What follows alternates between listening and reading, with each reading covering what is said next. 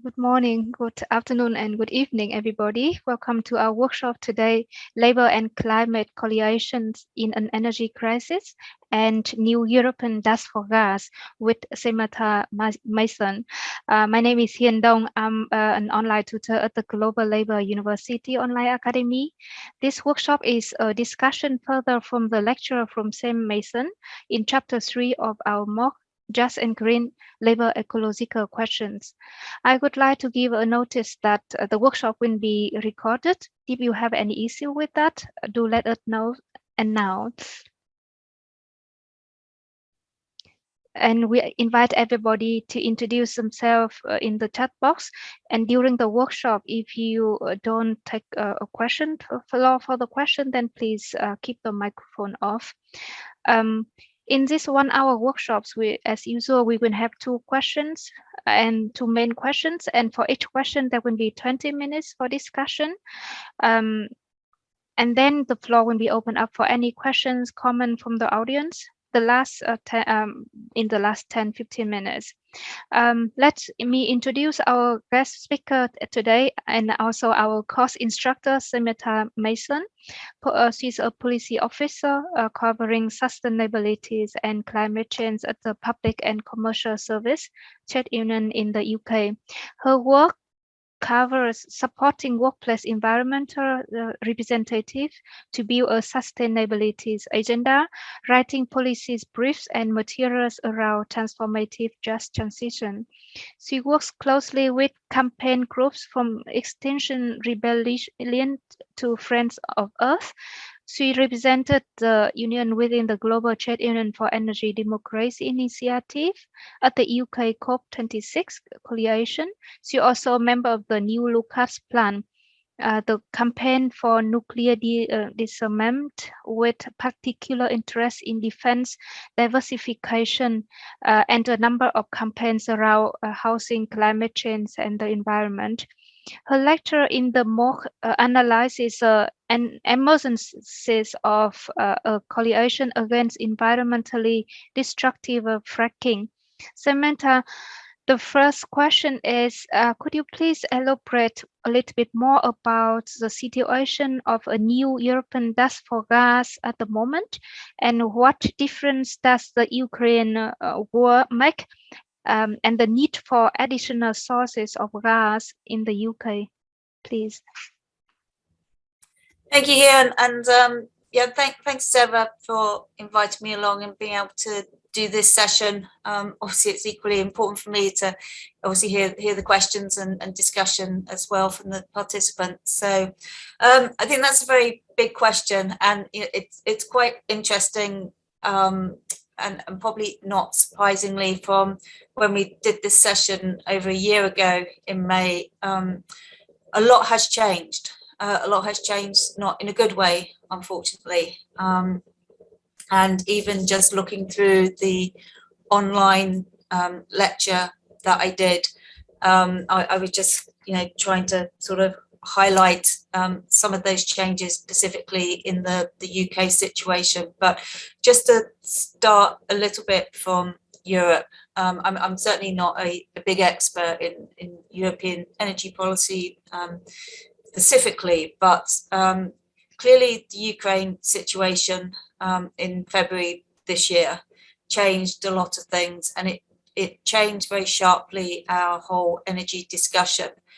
And having come from the Glasgow climate talks in November 2021, whilst we weren't coming out of those with much optimism around the Glasgow Agreement, but obviously a lot of the focus had been around coal and coal reduction, and gas is still very much in that mix of seeing part of an energy transition. But it has really derailed a lot of policies around that energy transition question, and that is because, as I'm sure you all know, the high dependency, particularly in parts of Europe, so Germany in particular, on Russian oil and gas.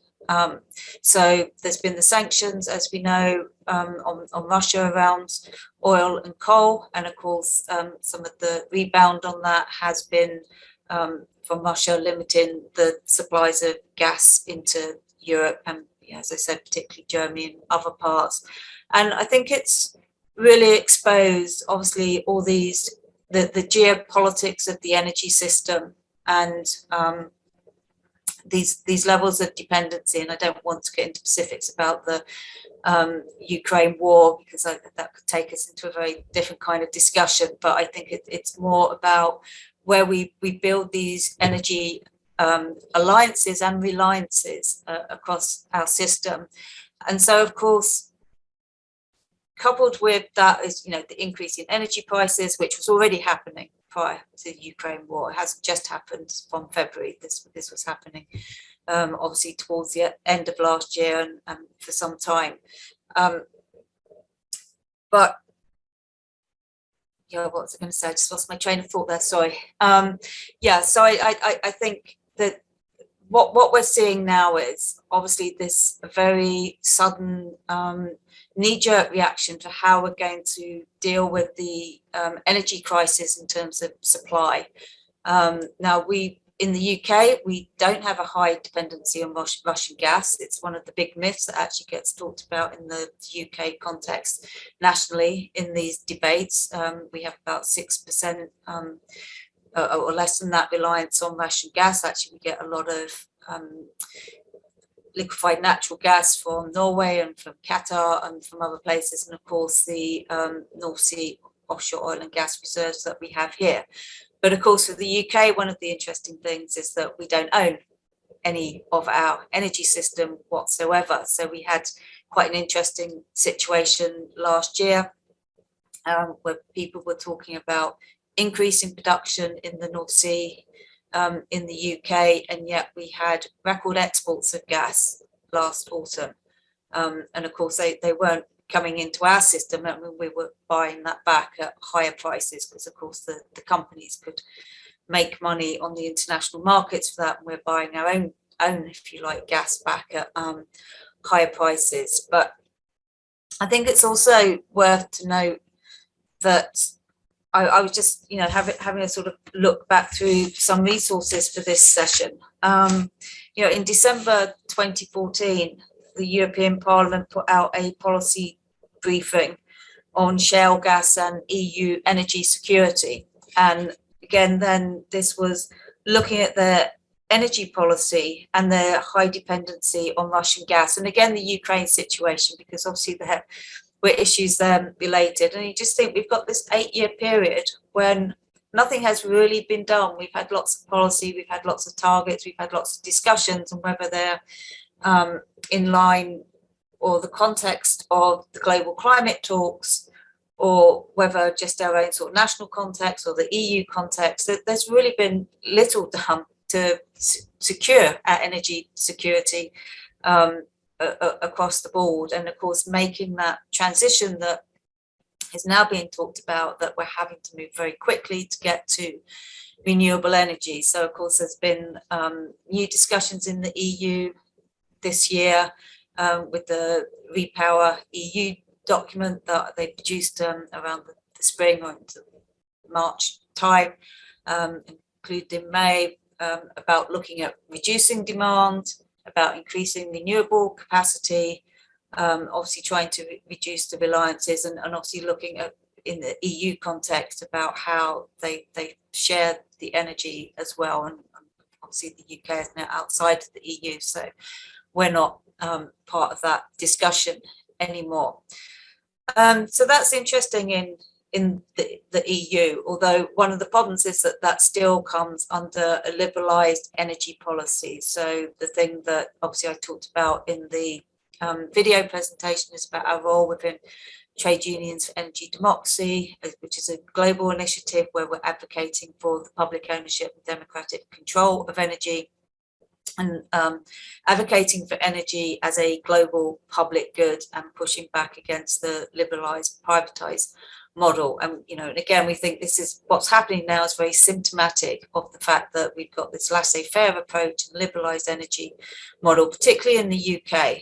But this is the model that they've been pushing very much within the EU programme as well. So we now have got another sort of sharp turn with the political context of the UK, which I just actually finding it very difficult to be taking in and understanding right now, because when it comes to fracking, obviously the video lecture at that time, we'd got to this moratorium in 2019.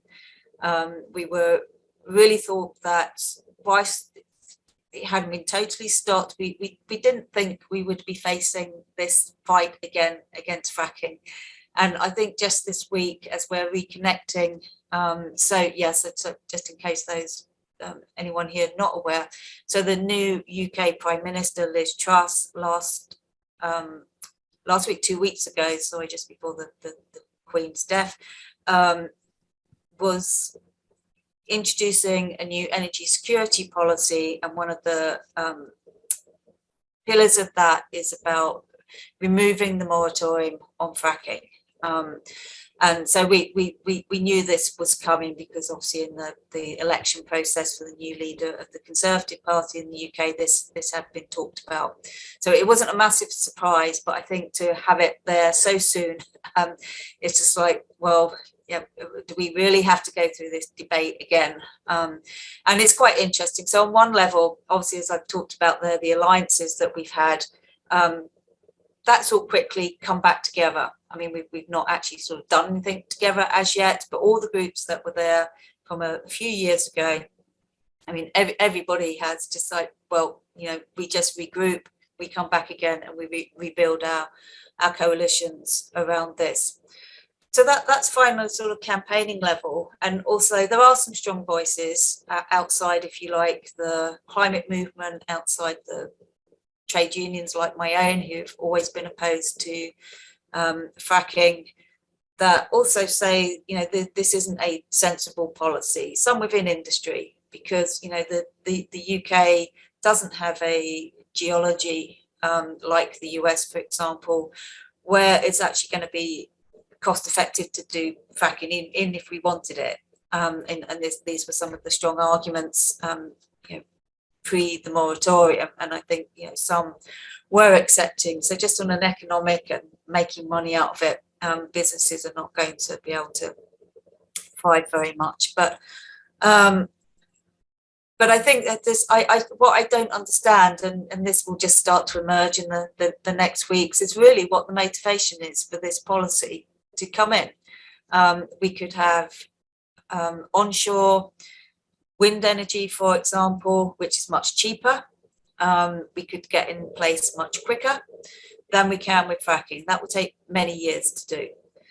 There's not community consent for it, but the noise is now coming around this, that they're really going to disregard what communities want, which is very dangerous. I mean, I think politically for any party is very dangerous.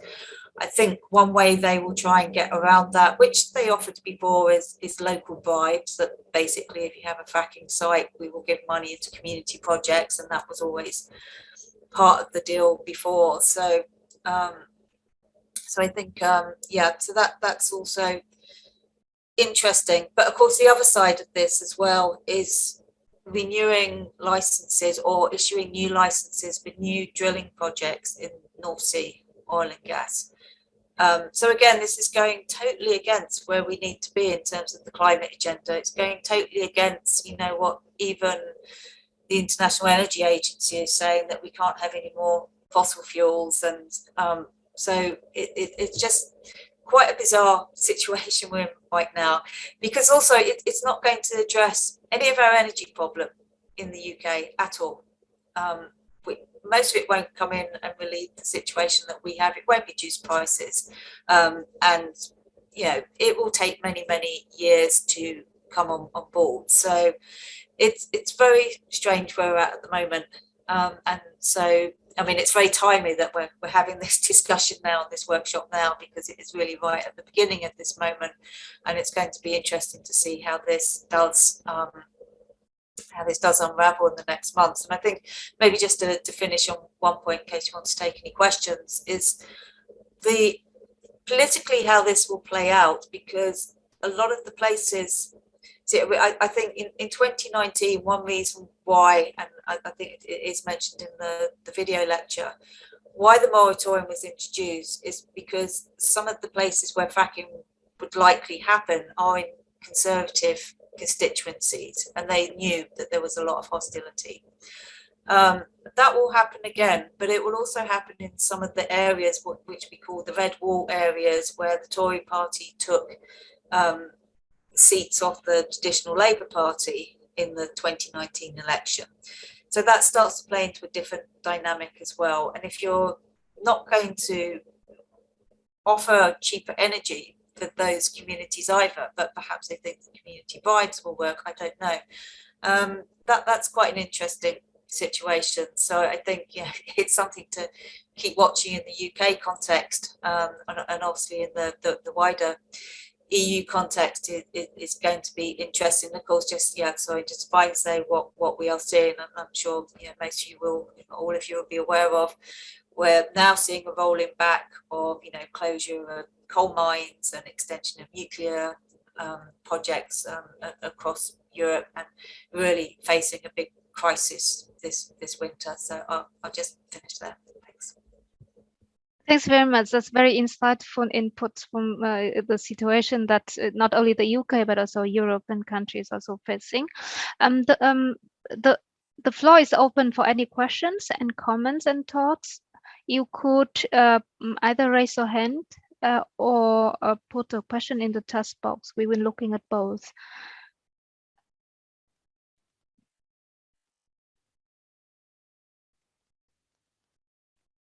Question from the audience? Yes, we have Benjamin. Do you want to take the floor, Benjamin? Would you like to do so? Hi, Samantha, and thank you, Hien. Yeah. As I understood what you said, Samantha, I mean, the energy crisis in Europe, or I guess even the world, has made conditions worse for, at least in Britain, pushing for energy democracy. But when I also watched the video, I remember you said that for the union GMB, the lack of union democracy made it harder to change the position of the union. So would you say, like in your experience working with unions, does union democracy enable or facilitate winning over workers to an energy democracy, or just transition framework? And also, what other things can help winning over workers and unions? Thank you. Thanks, Benjamin. I think that's a really important question, and very well put. The debate at the moment, just sort of national debate in the UK is a renewed call for nationalisation of energy in the face of the energy crisis and that the rising prices. I mean, the prices in the UK have risen astronomically. I know they have everywhere, not just in Europe, but they have particularly risen enormously in the UK. And it's only just recently where the government's come in and made some specific interventions in that. So there has been a general call, and across all political divides, and it is supported by trade unions, about the need to nationalise energy. But there's a couple of interesting things in that, and it's something which I've really noticed across the year as this has been sort of growing as an issue, that there's a very poor understanding about the energy system. And so when we talk about nationalisation, which bits? All of it? Yeah, as I said, in the UK, everything is privatised, every bit of it. It's quite unusual. That's most countries have a mix, and very rarely a wholly privatised system. So some of the call from the Trade Union Congress, so the National Federation, has been to nationalise the retail side, so the suppliers. That's okay, but that only goes so far, and it's quite a limited call, because you're not dealing with the generators, you're not dealing with the transmission or distribution operators. And there's been very little focus in this debate around the other parts. So everybody recognises the huge profits made for the likes of Shell and big energy companies on the back of this crisis is that, their production costs haven't increased. They're just getting massive profits. So that's really upset people. So, I mean, politically and for agitational reasons, that's been quite good because people are not happy at seeing their bills go up and the profits are just eye-watering. But I noticed within this, there isn't really a very clear message, even from trade unions. So from my trade union, because we're supporting the energy democracy agenda, we try to reinforce, particularly to our members, that this is what's causing the crisis, this is what's causing the rise in your energy bills, and this is our policy in our union, to try and make sure our members, or at least put as much information out as we can. But I think the other side as well, we're very clear that we're not just calling for nationalisation or public ownership, which I prefer to call it. It has to be linked to the just transition agenda. It has to be linked to the climate agenda. And those links also are not really being made. And again, not from the trade unions, broadly speaking. And I think that's a problem as well, because it's not just nationalisation for nationalisation's sake. I mean, we have always said in this programme of energy democracy that nationalisation or public ownership doesn't guarantee anything.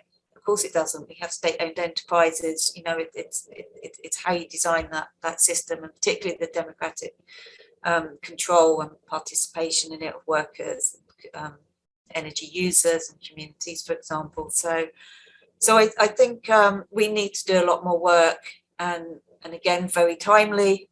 There seems to be a consensus, at least coming from some within the trade union movement, from some of the campaign groups, I'm sure some of the politicians as well, that we need to start joining this together. There's lots of bits that fit together in this argument. So the stuff around energy reduction use, the UK has the worst homes in Europe in terms of insulation. We have huge winter fuel deaths. I mean, that's going to increase this winter very sadly. But we have no investment program going into the easiest thing we could do. I mean, nothing is easy, of course, but in terms of the immediate things is actually insulation and retrofit, and there is public consensus across that. How it's done, of course, is a bit of a different discussion, but we do have consensus. So I think what many of us are thinking, we have to obviously deal with this thing around the energy system and the ownership and control on who has power in that, but it has to be linked to energy demand reduction sides and the retrofit program and insulation of homes and buildings that needs to happen. And within that, of course, there's labour standards and jobs and the whole transition issue as well. So we are coming together a bit around that. And certainly some of us are trying to think, well, how can we get information out in a way which is simple, not that somebody has to read a big document that many of us will spend their time reading, but can say, right, this is actually how the energy system works. And I just give one quick example before I finish, because I think this has been interesting. So the people in the UK who have what we call renewable energy suppliers, at the start of this, earlier this year, so well, why are my bills going up the same as everybody else? I have renewable energy. And it's very... I think highlights of how people don't understand, because of course, when you switch your, put your plug in your house, that's not renewable energy coming out. That's an electron that's coming out of the transmission distribution grid where everything's just gone into the mix. And renewable energy prices are tied to gas prices. So, and also renewable energy in this country are not under the cap, the regulatory cap either. So there's all kind of things going on within that. And, so it was just interesting to see that we have an enormous job of work. And I don't blame people for not understanding. It's very complex. And it's like, well, how can we start to distill some of this information so people start to understand the energy system? And then, we can have the right debate about it. So it's there. Many thanks for the question. Also, thanks for the input, Sam. Yes, if we have a participant from around the world, so why in Europe is a energy crisis? I think it could be also elaborate more. I come to the question of Abdurov. Since when is Europe facing the energy crisis, and and so that it will be interesting for a participant from non-European countries to know. And also other questions, one second, from Guilford. Guilford, would you like to take the floor? And then we have 2 questions, and then Samantha will respond. Yeah, thank you. This is really useful. Since I was on the workshop with you last May, and I learned a lot. I live in the US, but the fracking situation here is different than the UK. But the world price for crude oil sometimes affects the amount of fracking. And since we talked in May, the price has risen, a lot of it affected by the war in Ukraine. Do you see any increase in fracking? Because I think, I looked at the prices of today, and like West Texas Intermediate's $85 a barrel, and Brent crude is 92. I don't know the break-even point, but do you think fracking has been increasing because of this energy crisis? Maybe that's an obvious question, but how much so? Yeah, thanks, Gifford. Well, I don't know how much fracking's really been increasing, because I know, and you'll certainly know far better than me, in the US. I mean, the problems in the US, and I think, and as ever, it comes to this point about profitability. And in the UK, it's very hard to see if we started fracking in the UK that there'll be any profitability in it. And I think that's the big issue, and why we've always been convinced it would never take off in the UK. I mean, I don't doubt there'll be some, corporation that will sink some money into it, and probably with some government support, but it's just impossible to see, because it's a totally different landscape, and the technology is very well, not so much the technology, but it's more populated. It would just throw up so many different challenges. Now, some companies say that the problem is more the regulatory environment in the UK and the planning restrictions and things like this. But I think, sort of trying to cast my mind back, some years ago when we were in the heat of all these debates before, I think there's I think generally it's accepted that fracking will just not work in the UK, but I think it just shows how all these things are interlinked, with the oil prices and everything else. And the whole question about why it's specific in Europe, I mean, absolutely because of the dependency on Russian oil and gas, and that has been happening for some time. That it's not just become a problem since February. It has been a problem for some time, and playing into those geopolitics, and I think, when we talk about energy security, and this is very much part of our energy democracy framework, I mean, it's not just so that obviously, well, we can sit here in the UK and all feel comfortable that we've got our energy supply sorted out. It is about what's happening with our neighbours and how we share this. This is a collective global problem that obviously we all need to be working towards, and ensuring that we can export excess, we can import, but we're not doing it in a way that is holding populations to ransom over their energy needs, and this is very much so we released a new program at the COP last year on a global trade union program for a public low carbon energy future. And it's very much about trying to get this idea is energy is a public good. It's not a commodity to be bought and sold, and in the way in which we see, because the impacts on people's lives, of course, is enormous, and let alone, from those of you who are sitting in parts of the world where, the luxury of reducing your energy demand is not even in question, because you don't have access to electricity, or all kinds of other issues as well. So though, yes, I'm talking from a very UK European context, but of course we totally appreciate that this whole wider global energy debate plays out very differently, of course, in what we would call the global south, and different countries as well, and there's very much big concerns about what's happening in other countries, and particularly the UK's role in that, which perhaps we might get onto a bit later. Many thanks, Sam. Also, thanks again for the question. And Benjamin also commented here that in the Philippines, the whole energy electricity sector is privatized, except for transmission. Seems just as bad as in Britain. Thanks, Benjamin. And we also have another question from Rajadua, how we can properly plan to rapidly reduce dependence on fossil fuels. And another question from Hui.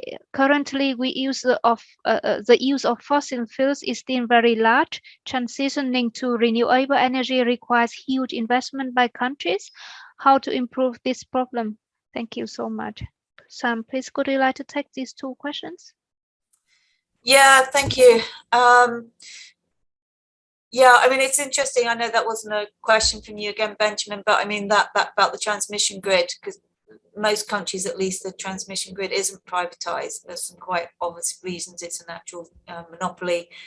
You can't make money out of it, obviously, apart from the UK, where it is privatized, and they do make money. I mean, I think both of those two questions really interrelate, because it is about planning. And again, you know, this is at the heart of the energy democracy agenda, because what we're fundamentally saying, unless you have a central national level plan for your energy system, we're not going to make the transition that we need fast enough, you know, at the pace and scale required, and obviously protecting everybody within it, but also about understanding, because it's one thing we tend not to talk about energy as part of a system. We tend to talk about the supply side, the inputs, you know, whether that's shale gas, whether it's coal, whether it's nuclear. We don't talk about the interplay of that, and obviously how it's going to change in the future, and how it feeds in with both the transport sector particularly, but now increasingly discussions happening around agriculture, of course, in the housing and built environments as well. So it has to be integrated into all these discussions. It's huge discussion, because energy is central to everything that we do. So I think that's how we need to plan, because the problem, once as long as we rely upon a market-based system, so we hear these things about, you know, the right incentives, the price signals, the market signals, and that will suddenly, you know, make everything happen. Well, of course it doesn't, and UK is a very specific example of this. We've gone from a policy back in, I think, around 2010 to 2012, where investment in solar energy, something called a Green Deal for homes, and so you could get people to come in and do an inspection on the home, look at insulation, putting in solar power. Then, you know, the government comes and removes the tariffs. Now that's a question about the use of tariffs in these things, incentives, but removes the tariffs. So overnight, thousands of jobs went out of the whole sector, because nobody was going to invest it anymore, because consumers couldn't afford it. And this happens all the time in the UK. It's a very much sort of boom and bust of energy transition. Now, we are transitioning, but I think as someone said, yeah, about the use of fossil fuels. Now, if you look at, you know, the International Energy Agency or the World Energy Outlook, renewables is increasing globally, but so is oil and gas, and coal is going up as well alongside, and this is part of the problem. And we are never going to produce everything that we say we're going to do with renewable energy, that because the other side of that debate, of course, and will impact in some of the countries, I'm sure, that may be represented here, is the whole rare earth metals and minerals extraction. And so this new extractivism, which, you know, we're only just starting to talk about in the UK as well, which we're very conscious of from our position of not creating a new colonialism around extractivism and that. So we need, and this is why we need centralised planning. And, you know, and I think we're always quite at pains to say it's not about having just a top-down process. These have to be national conversations and looking at our needs and how we share energy, as again in this sort of proposal, as a global public good as well. So I think unless we get to that level of planning, because certainly in the UK we don't. I mean, we've got, don't get me wrong, there's lots of very, you know, big government strategy documents. You know, we're going to have net zero 2050 targets, we're going to have 75 gigawatts of offshore wind power, you know, all this stuff in there, but there's no plan. There's absolutely no plan. There's just a whole set of targets and numbers and things. And, you know, and we also need that to be done within a political consensus as well, because certainly in the UK, it runs on the 5-year parliamentary cycles. So the next, but even within political parties, so as we've seen within the UK Labour Party, after Jeremy Corbyn, who had a very progressive agenda around energy transition, now the new Labour leadership won't talk about nationalisation or public ownership. Said it's not on the agenda. Well, okay, so you know, and so even that has changed. So it's very difficult to have a transition when everything's at the political whims or market whims of everything. Thank you, Sam. Edira, would you like to ask a question?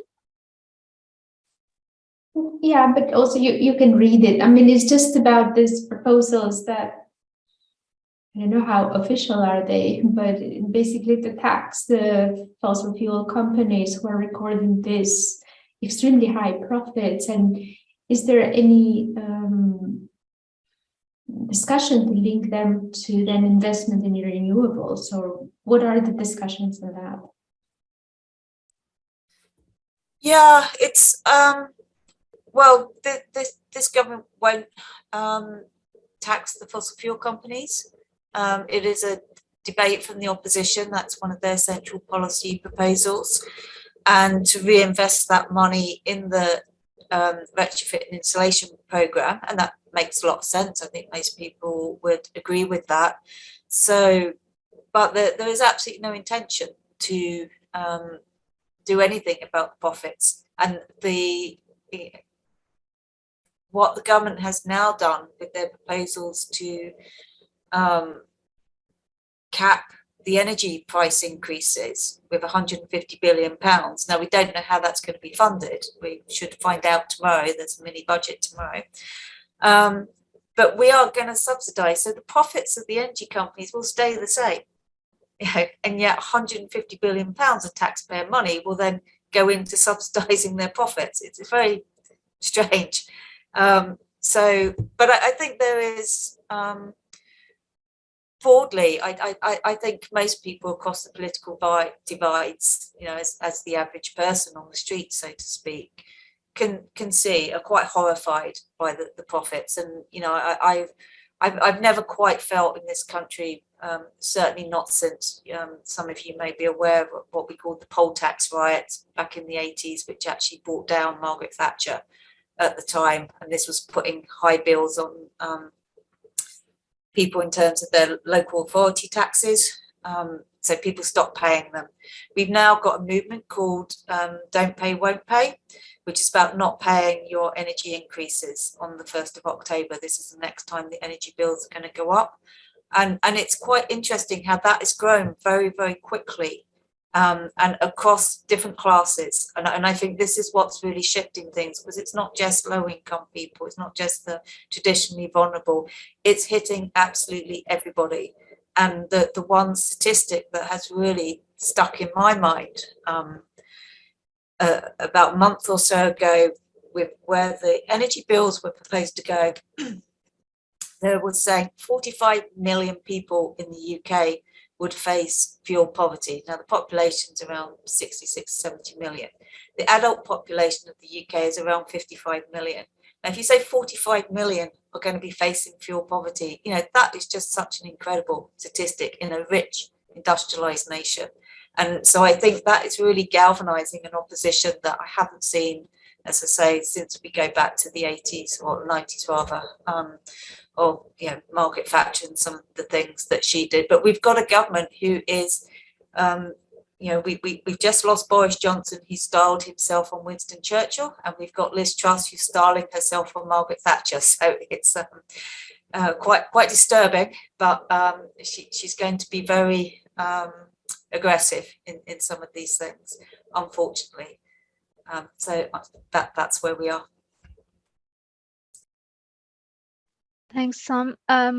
We have another question. How can we deal with energy crisis in a collective and cooperation projects of all nations against unilateral acts of state in the situation of Russia and Ukraine at the moment? What are joint acts to deal with such crisis? That is the solidarities questions. Okay, yeah. I mean, I think we obviously have to look to, you know, sorry if I keep repeating this line, but it's this concept of energy as a global public good in the same way that we would look at, you know, collective human rights or, you know, enshrining obviously policies or there has to be a narrative at the top level. And some of this is coming out within UN agencies, which is quite interesting. And we have to kick back, and this is what our trade union program is about. If we don't collectively fight back against the privatization of the energy system in our own countries and globally, and what is going on now within renewables, then we won't win this. We won't win this at all. The fossil fuel industry controls so much. You know, so obviously we need to get out of fossil fuels for the reasons of climate change and ecological impacts, but we also need to get out of fossil fuels because of just the domination of the fossil fuel corporations within our political systems and everything else. And so it has many benefits to it, but specifically to obviously the impacts from Russia, I mean, we also need a global peace agenda.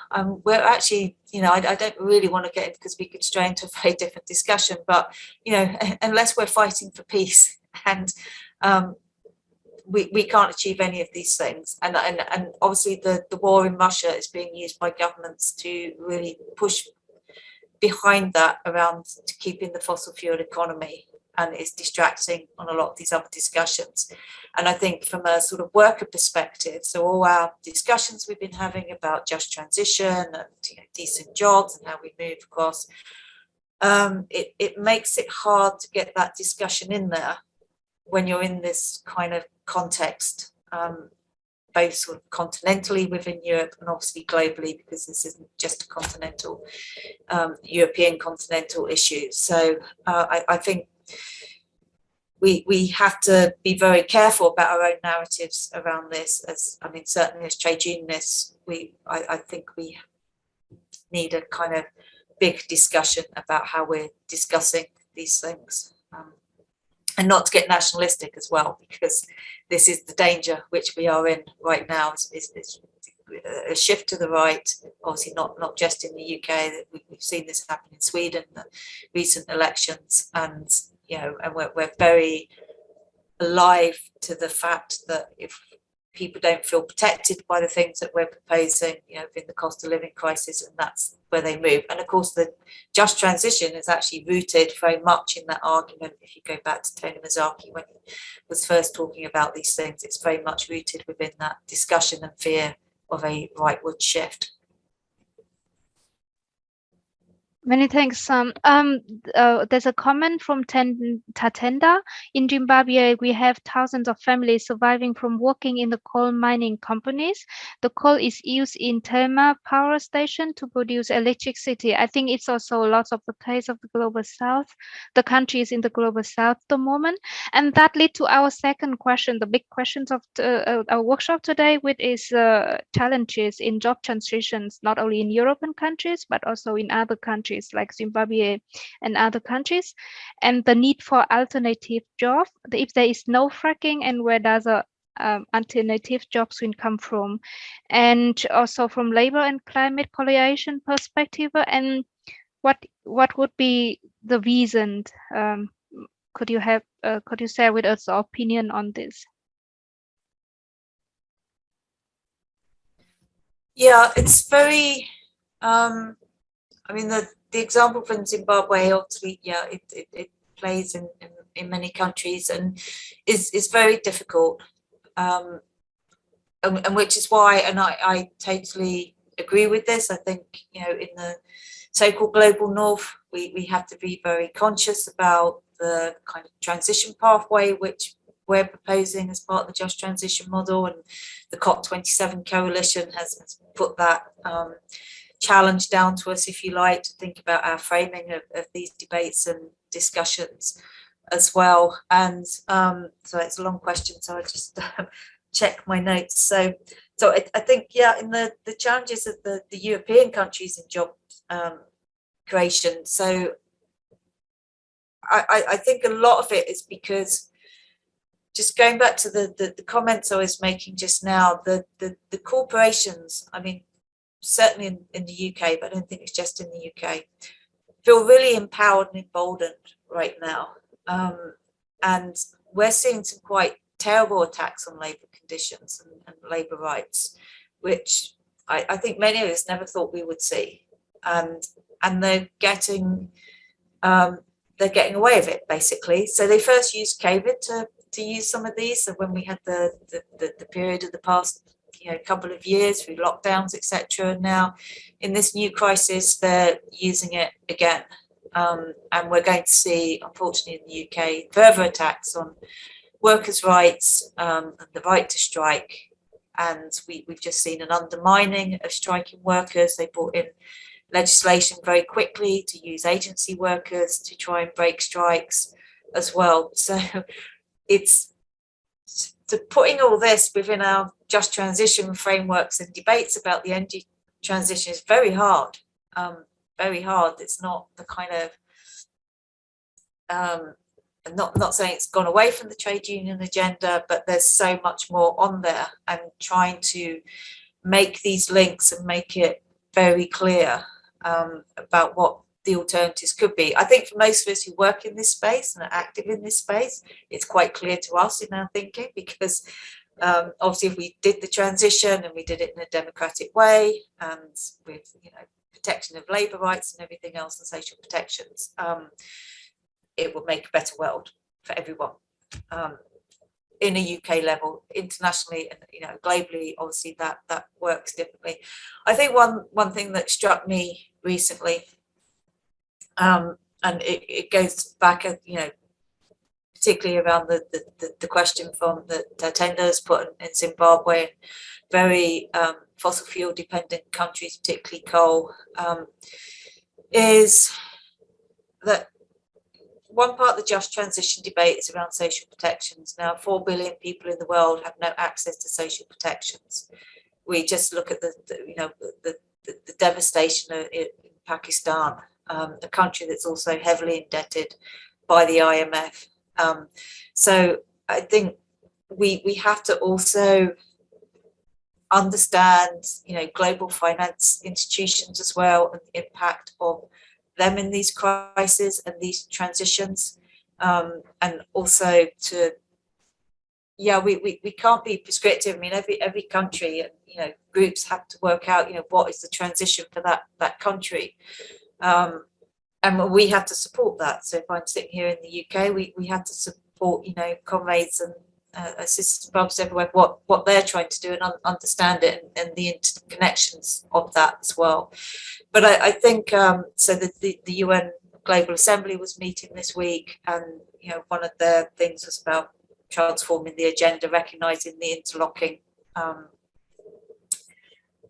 nature of all the crises we're facing, and I think that is very true. It's not one single crisis anymore, if it ever was, but now we have so many coming together where actually our solutions, as I said, if we could work them out on national scales, regional scales, global scales, would actually, you know, be better prospects for everybody, and giving those things like, you know, energy as a public good, healthcare, education, housing, social benefits, wider social benefits. But I think one thing that's really clear in all of this discussion and all of the transition, justice has to be at the heart of it, and social justice and economic justice, and that's really and if we get into some of this discussion about the COP26 coalition we had in the UK, it's really nice to now be working with the groups in Egypt and Africa and passing on to them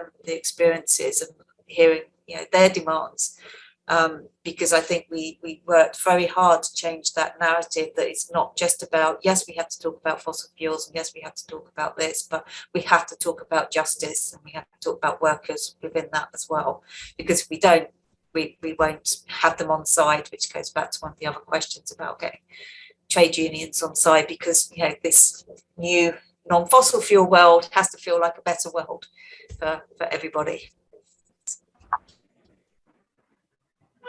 There's no just transition that leaves everybody behind. Everybody need to be taken on board, right? And yes, just come to question from Sabeswara. Do the energy crisis in Europe lead to economic recessions, and how is it going to affect workers? Yes, it's leading to economic recessions and it will affect workers, because aside from obviously domestic individual energy prices, of course, in industry across every sector, it's putting prices up. Some plants are closing, steel plants are closing because of the cost of energy, and it feeds through into absolutely everything.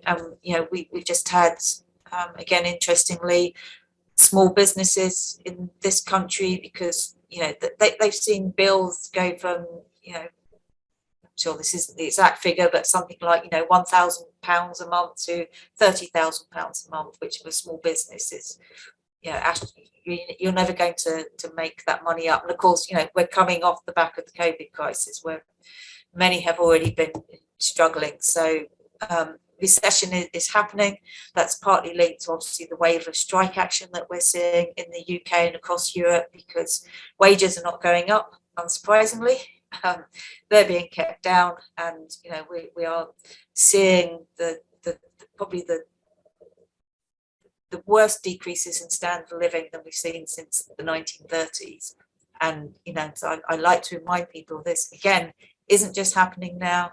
We're still having this fed through from the austerity years of the financial crash in 2008, 2009. Of course, then we've had the COVID pandemic, and now we had this new crisis. So all that is just compounding and compounding. So it's absolutely affecting workers across the board. Thanks, Abdul. Would you like to ask the questions? Please keep it short because we are running out of time. Also, Yeah. I have a question. Thanks, Samantha. As per her comments, is not for the single crisis, it's everywhere. In our country also, like during last 2 months, is reducing for the electricity crisis. The shopping mall, education, and the working hours, they less. As long as the school and the shopping mall and the garment sector, especially garment sector, they reduce the working hours. So my question is it working or not? It's like how we affected the labor survival position, actually the surviving our daily products is really high prices. So the less work or less working hour, how it could be working actually for the saving energy crisis. Thanks, Abdul. Let me collect last question from Tuan. How the energy crisis in EU countries may affect their commitment on Paris Agreement? That's a question for the future. And comments from Gifford. Solidarity to Liverpool dockers on strike right now. Thanks, Gifford, for the information. Sam, would you like to answer to the two questions and give the final remarks to our workshop today, please? Thank you. Thank you, Abdul, for the question. I missed part of it. You broke up a bit, so I don't know if it was just my my reception, unfortunately. I think if I understood it correctly, it was about reduced working hours possibility. I mean, I think I mean, obviously from a UK perspective, and I know you weren't talking from a UK perspective, that anything on reduced working hours, we would want on same pay and terms and conditions. You know, we don't expect workers to reduce their hours. I mean, there are in some places, I mean, we are talking about blackouts happening in the winter. So obviously, energy at all, having to reduce energy demand. Now, somebody who grew up in the 1970s and the oil shocks, I remember power cuts very well. And I'm sure some of you are already living with power cuts in your countries for a variety of reasons, which I know well about in South Africa, for example. So so I think, yes, we've had things like this before, 3-day working weeks and stuff, but, if anything that's going to happen, and whether it's the UK or anywhere, and I think, part of our global solidarity and this global trade unionists, we want to make sure that everybody is protected. This crisis isn't caused by workers, it isn't caused by people on the street. This is caused by our system and the politics of this. So yeah, we have to ensure that this isn't used, and it is, as I said, it is being used, because we're already seeing labour contracts being renegotiated. We're seeing people losing their working time, as we know, globally around the world. The more people on precarious work and contracts, and in countries where people actually even in the UK, I mean, not everybody is in a trade union. About a fifth of the workforce is actually in a recognised trade union. So, but I don't like to talk about unorganised workers, because I know in many countries, and I'm just looking at a while ago at the tea planters strike in India, workers collectivise, and it has to be within the rubric of the trade union, just to talk about and understand what they're doing, or to bring together their powers.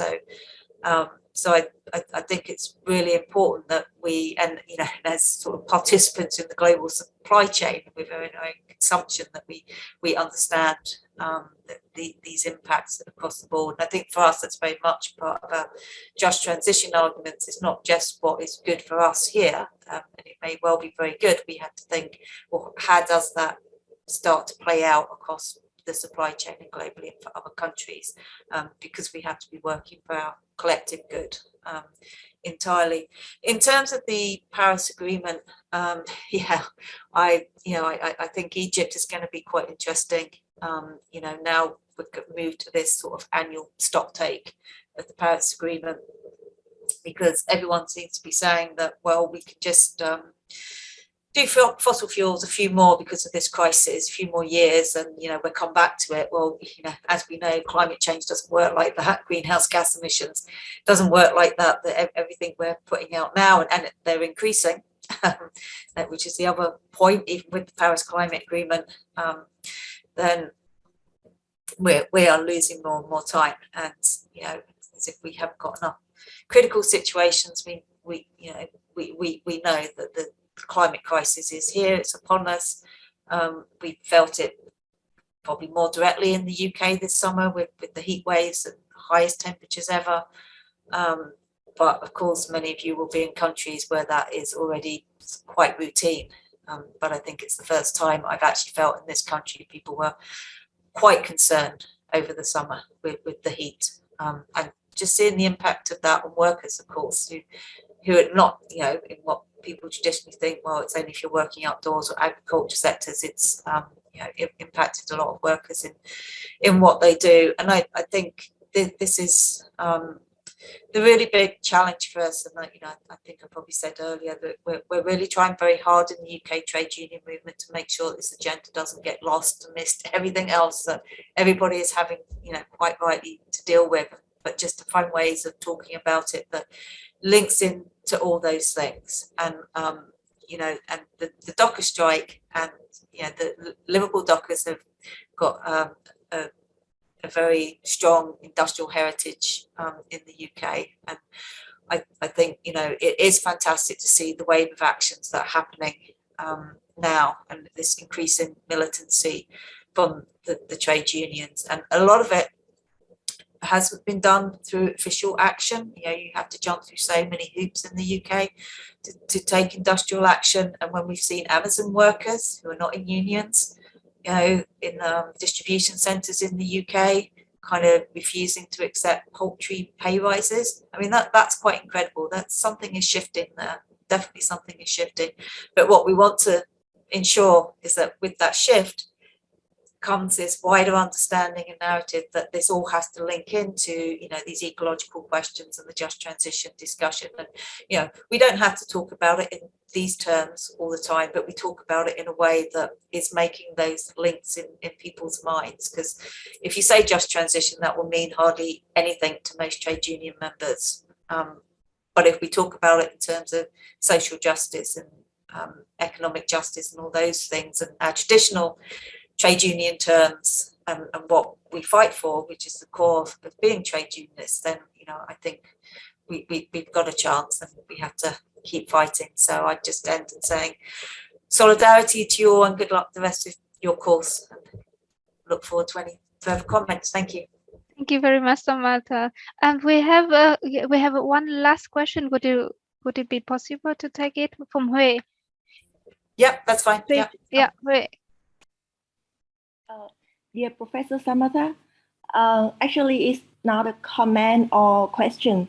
It is an invitation because I'm working for the Institute of Human Study in Vietnam, and we will organize an international conference on the human development and new human resources for Vietnam's net zero emission goals.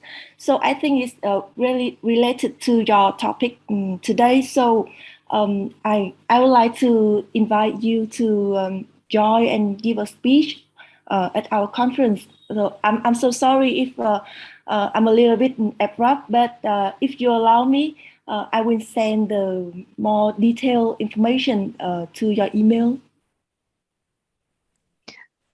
Well, that's very kind of you, Hyun, and yeah, I very much welcome that. So please, I'm happy for my email to be shared and with anybody that wants to get in contact. That sounds very interesting in conference. So I'd be interested to know about it anyway. So thank you. Yes. Thank you very much, Sam, and also thank you everybody for joining us today. I hope you enjoyed the discussion, and also please continue the debates, continue the network and contact for further discussion and also further activities like this.